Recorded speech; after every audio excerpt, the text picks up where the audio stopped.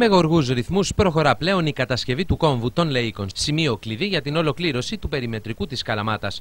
Αυτοψία πραγματοποίησε σήμερα ο Δήμαρχος Καλαμάτας Παναγιώτης Νίκας, συνοδευόμενος από μηχανικούς αντιδημάρχους και κατοίκους της περιοχής. Και πλέον, όπως σημείωσε ο Δήμαρχος της πόλης, επόμενος στόχος είναι η διασύνδεση του περιμετρικού δακτυλίου με τον περιφερειακό. Για τον λόγο αυτό θα έχει συνάντηση με τον υπεύθυνο του έργου, Γιάννη Καρνέση. Βρισκόμαστε στον κόμβο Λεΐκων, που είναι ένας από τους 4 σημαντικούς κόμβους πρόσβασης προς την πόλη της Καλαμάτας.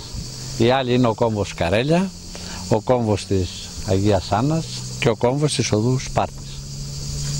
Όπως γνωρίζετε καλά, και όσοι κάνετε χρόνια το ρεπορτάζ και σας το κάνετε όλοι νομίζω, το Δημοτικό Συμβούλιο του Δήμου Καλαμάτας αγωνίστηκε πάρα πολύ για να γίνει ο συγκεκριμένος κόμβος, ο οποίος δεν υπήρχε στον αρχικό σχεδιασμό. Έτσι λοιπόν η αξία που παίρνει εδώ η περιοχή και ιδιαίτερα η περιοχή των Λεΐκων, γι' αυτό είναι και οι εκπρόσωποι εδώ της περιοχής και ο πρόεδρος, είναι χωρίς προηγούμενο. Εμείς έχουμε ένα επιπλέον πρόβλημα, γι' αυτό είμαστε εδώ. Πρέπει να γίνει η διασύνδεση και άμεσα μάλιστα του περιμετρικού δακτυλίου με τον περιφερειακό. Ο περιφερειακός είναι το έργο το οποίο έχει κάνει ο Δήμος και έχει φτάσει εδώ δίπλα σχεδόν μέχρι τα σπίτια και έχει χρηματοδοτηθεί από το πρόγραμμα της ΕΑΣ. Υπάρχει διαπίστωση από πλευράς υπηρεσίας ότι η οδός Λεΐκων δεν μπορεί να σηκώσει την κίνηση όλων των οχημάτων τα οποία θα εισέρχονται και θα εξέρχονται από το συγκεκριμένο κόμβο.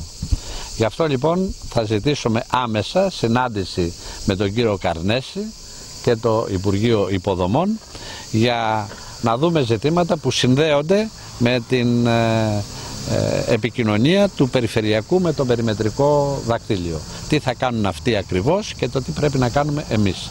Διότι δεν πρέπει να είμαστε επιμηθείς, να δοθεί ο κόμβος εδώ στην κυκλοφορία και τα οχήματα να μην μπορούν να κινηθούν από και προς την πόλη κυρίως, γιατί από και προς τα Λέικα η κατάσταση προφανώς θα είναι πολύ ευκολότερη. Τις προσεχείς ημέρες θα είναι ο κύριος Καρνέσης εδώ και ένα από τα θέματα της ατζέντας θα είναι και η διασύνδεση του περιφερειακού με το περιμετρικό δακτυλίο Καλαμάτας. Γενικά να πω ότι η εξέλιξη του περιφερειακού δακτυλίου είναι πάρα πολύ καλή.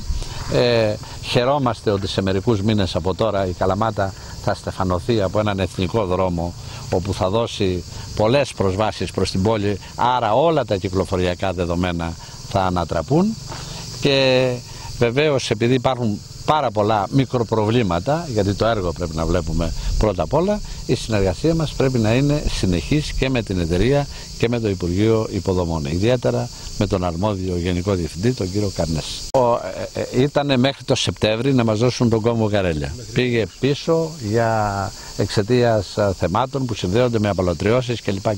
Εδώ συμπληρωματικές απαλωτριώσεις. Έχει ήδη 17 Σεπτεμβρίου. Για τις 17 Σεπτεμβρίου. Έτσι όλα έχουν μπει σε μια πορεία. Είναι προφανές ότι του χρόνου τέτοιο καιρό ο περιμετρικός δακτύλιος Καλαμάτας θα έχει παραδοθεί. Το θέμα είναι ότι πρέπει να τρέξουμε κι εμείς ώστε να μην ολοκληρώνονται οι κόμβοι και δεν έχουμε κάνει τα τεχνικά έργα από πλευράς Δήμου ώστε να υποδεχθούμε τον όγκο των οχημάτων. Γι' αυτό είμαστε και εδώ. Σας ευχαριστώ παιδιά για την παρουσία σας.